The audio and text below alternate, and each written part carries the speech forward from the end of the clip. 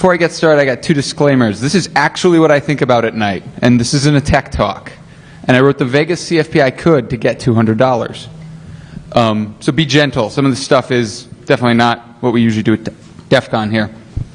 So first off, my first 22 thing that keeps me up at night, late at night, is national or international events. Stuff way, way, way, way, way, way, way above my pay grade. I'm a network engineer. This stuff is way out there. And not stuff that I can deal with. That's why it's on the list. I read a bunch of briefs from security. I'm an InfraGard member, so I get these things saying, got to watch out for terrorists blowing up Chicago with a nuke. Going to destroy American democracy, blah, blah, blah. This will destroy American democracy a lot sooner.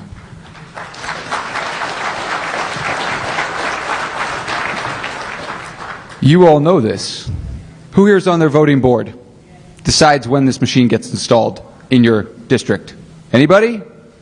You? Okay, you need to be on that board. You're a citizen of this country, get on that board, make sure this doesn't happen. This is a bad idea, bad implementation, bad, bad, bad. And you know what? It's not going to be something huge. It's not going to be some giant system perturbation like 9/11 was. It's going to be slow, you're not going to notice it, and then you're going to end up fucked. So, e-voting, evil. Thomas Barnett is a global geostrategist. He talks about he's got this book out called The Pentagon's New Map. He's talking about shrinking the gap. This slide is a lot smaller than I thought it was going to be. See this part? That's the gap. See this part? That's the core. We live in the core for most of the, and it's where most of our stuff happens. The gap is where all the bad stuff happens. We fought the Soviets. That was our, kill the Nazis, kill the Soviets. Now we've got globalization, can't kill anybody. We've got to connect to the gap. You're going to find a lot more of the money and security stuff that you're dealing with is going to start happening in the gap. Thomas Barnett's a really smart guy. He gave a 20-minute, hour-long talk at TED. It's online. Check it out, TED, Thomas Barnett. It's going to rock your world. It's messed with mine. Low-cost pervasive bandwidth is directly connected to shrinking the gap. You'll notice that all the big trunks don't go to the places where it sucks to live. So, and I care about this because I build networks in rural environments in the U.S. where it's just like living in Angola. There's nothing out there. So, I think about low-cost pervasive bandwidth. It takes lots of money and giant corporations or companies to do this, generally meaning that if there's no money there already, there's no bandwidth. So, something I think about. I think about Iraq. Who here thinks about Iraq? Late at night. What are we doing? What the fuck is going on? What are we going to do about it? We represent an active, intelligent group of people. What are we going to do about it? Generally, we don't talk about these things, but this is something that ties back to that book by Barnett. Please read his book. Sounds like I'm plugging him. In Iraq, you're seeing open source warfare for the first time. They call this 4G. It's very exciting. Michael Shearer is giving a talk today on the IED problem. It's a technical problem. It's fun. It involves circuitry and explosives. We seem to enjoy those types of things. They've open sourced the making of weapons. We should open source the countermeasures for that. Also, the other big revolution I think you're going to see in a lot of stuff is open source intelligence. If you look at the way the DoD operates, it reminds me a lot of Microsoft. It's all closed. We don't talk. We were never here. We never had this discussion. Counterinsurgencies, terrorists, they talk, they share. On the internet, they have bulletin boards. You've all seen them, I'm sure. So, something to think about there. Remember these guys? Remember September 11th? Whatever happened to them? It's kind of like they totally dropped off the map. Very conveniently, I might add. Oh, this is good. If it plays. If it plays. I literally just ran this. The price of gold has changed. Now you can get extra cash. Recycle old gold scraps, gathering dust. Call 1-800-GOLD-KIT for quick cash. The Gold Kit is absolutely free. Send old rings, charms, dental scrap, and more. I got for my scrap gold. It's easy. Call 1-800-GOLD-KIT. We'll mail you the kit and payment information with a check to follow promptly. Gold Kit and postage are free. Your satisfaction guaranteed. Call 1-800-GOLD-KIT now or visit goldkit.com. Everyone with gold scraps, please stand up. Who has scraps of gold? Who the fuck has scraps of gold? Yes, I have scraps of gold pressed latinum at home, too. Scrap gold, not the same sentence. And by the way, Grandma got a really shitty deal on Grandpa's teeth. Okay, so this is the stuff you might be more interested in. Hacker community. This is stuff I think about a lot. How do we remain relevant? I've noticed that we are increasingly getting very staid, very comfortable. How do we remain relevant? How do we not become a broken social scene, which I think we've managed to make our way through. There's no giant red hats giving interviews about how they're owning the Pentagon anymore, or as much. And ultimately, how do we grow and increase our influence? You notice I don't have a lot of answers to these. That's why they keep me up at night. Could all the people who don't have penises and aren't white please stand up?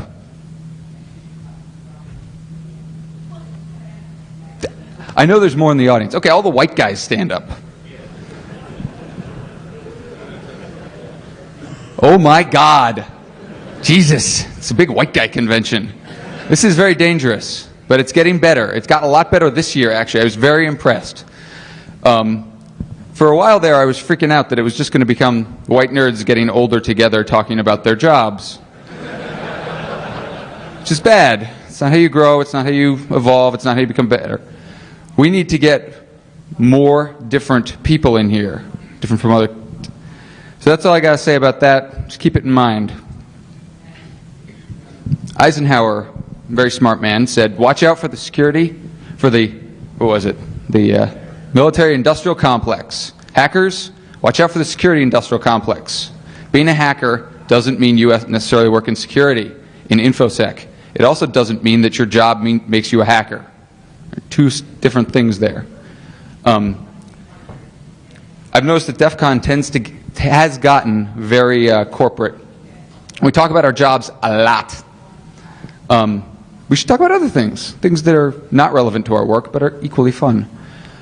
We've all been well compensated for our. We make our money doing this stuff, but are we making any progress? I've noticed that the InfoSec wars as of late are, we get paid to make vulnerabilities and then patch them.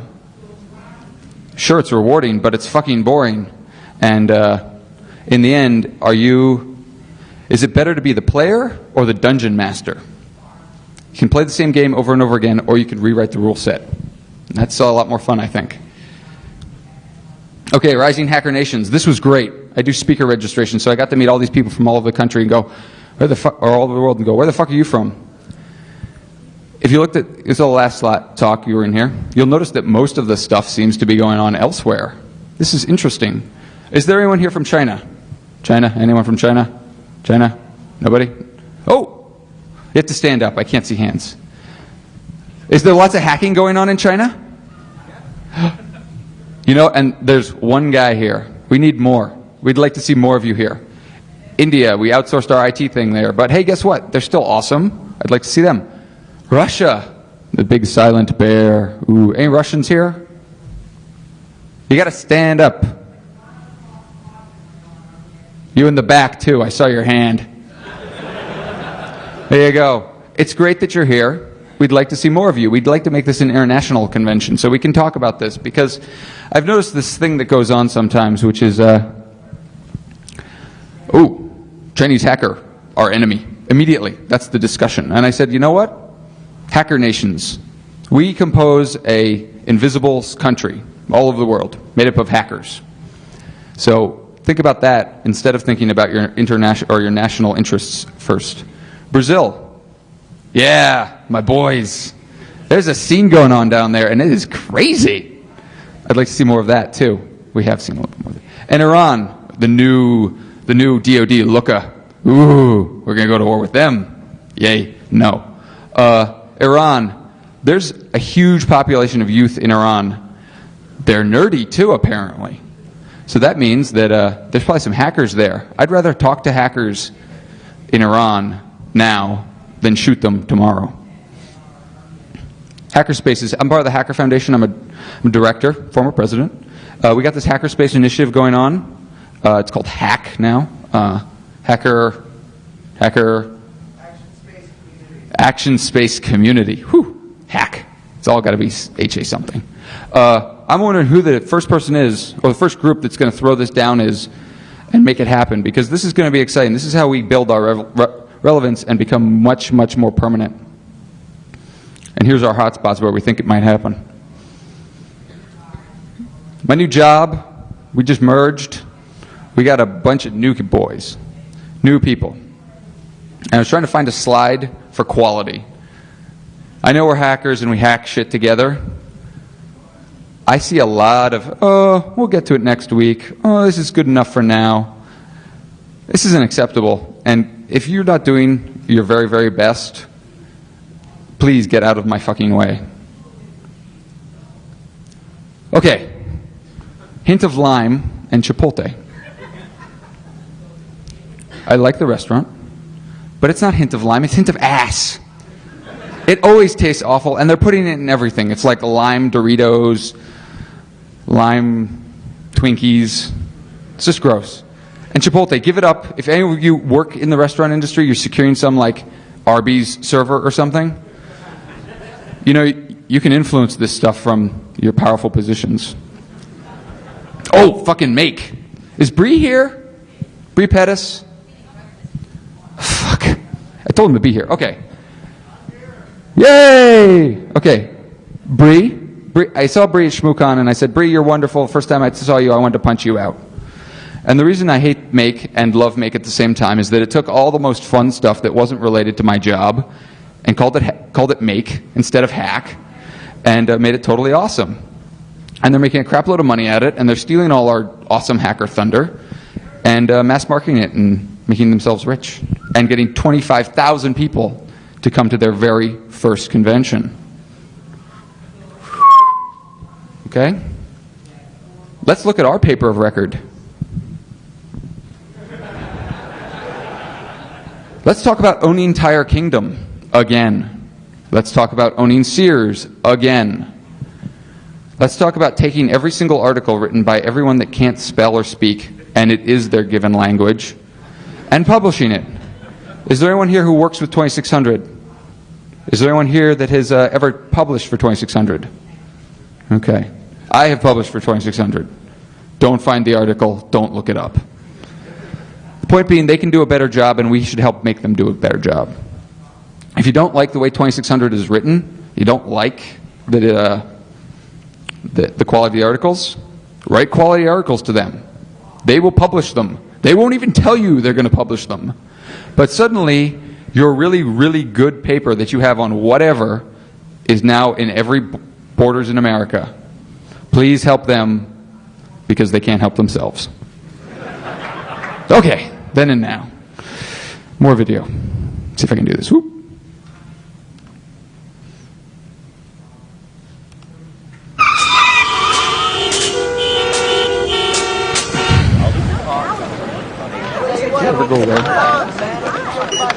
Yo, I'm blowing up. It's Kate, Grand Central. Let's hit it. Oh yeah. Hacking the fucking Gibson, the Prodigy, yeah.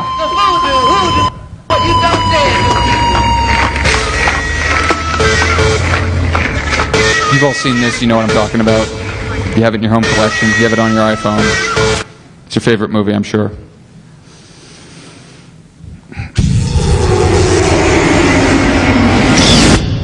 I'm doing the world a favor. I'm a fucking hacker. Is the country willing to pay for it? FAA just issued a critical alert. The entire network went down. Transportation system's crashing and they just hit the entire financial sector. You have no idea who you're dealing with. Oh my god. FUD. FUD and Loathing. Fire Sale. Oh shit. Okay. Those movies were made fairly far apart, right? Hackers play central roles in those films. You know what? That's how far we've come in 10 years. Hollywood's infiltrated us, but we haven't infiltrated them. I don't think that's fair. Sure, we're taking all their movies and watching them, but we got to do something to deal with this little problem. Any of you work in LA? Actually, any of you work in California? Because I was there and everyone wanted to sell me a script. Okay. You got to do something about this. Really, really. Because I want to see a hacker movie that portrays us as proactive, intelligent, ethical, as opposed to reluctant heroes who are misunderstood teenagers with too much power. Because I'm sorry, I'm definitely not a teenager anymore. And I'm definitely, well, actually I'm probably still misunderstood. Oh, Bruce! So Bruce gave me a beer at ShmooCon, and we were talking about stuff, and he says, we got to get our edge back. We got to get dangerous again. And I said, ooh? And what he was talking about was back in the day, we all cut on each other. The Lod Mod Wars, gangs of cyberspace. Scary. FBI was following us around because we could whistle nuclear launch codes into payphones. You laugh, but they thought it was true. At least they were scared. Now they're here. Not that I don't have Jim Christie's challenge coin in my pocket. Love you, Jim. Don't arrest me after the show. Point being that we all know we got some box out there that's totally open. He told me about one when he was telling me the speech. It should be owned. It hasn't been. I'm getting back to the quality thing there. You got to be hard. And if you got a box out there that should be owned, you know it should be owned, you're not doing your job and you're not daring anyone but yourself. So keep it edged. Talk to Bruce about this. I can't really articulate his crazy-ass message. He's a hippie. Hackers equal criminal bad guy villain. That's how the reporters see it. That's apparently how it is. This is our word. African Americans took back the N-word. They control it. I can't say it. Okay? We should own this word. This is our word. This is a hacker convention. Press uses the word hacker for everything that involves a criminal and a computer. Guy hacks into NORAD. Guy hacks into whatever. He's a hacker. No, he's not. He's a cracker. Don't give me any stuff about that. I was really tempted. I know. The point being that every time this word is misused in your office, at your home, you're reinforcing a bad image. We need to reverse this to anything other than this. Not a criminal, not a bad guy, not a villain. And so, I don't know how we're going to do this, but we got to do something about it.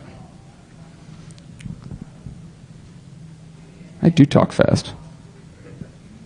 Okay. What does it all mean? This is the big creeper waker.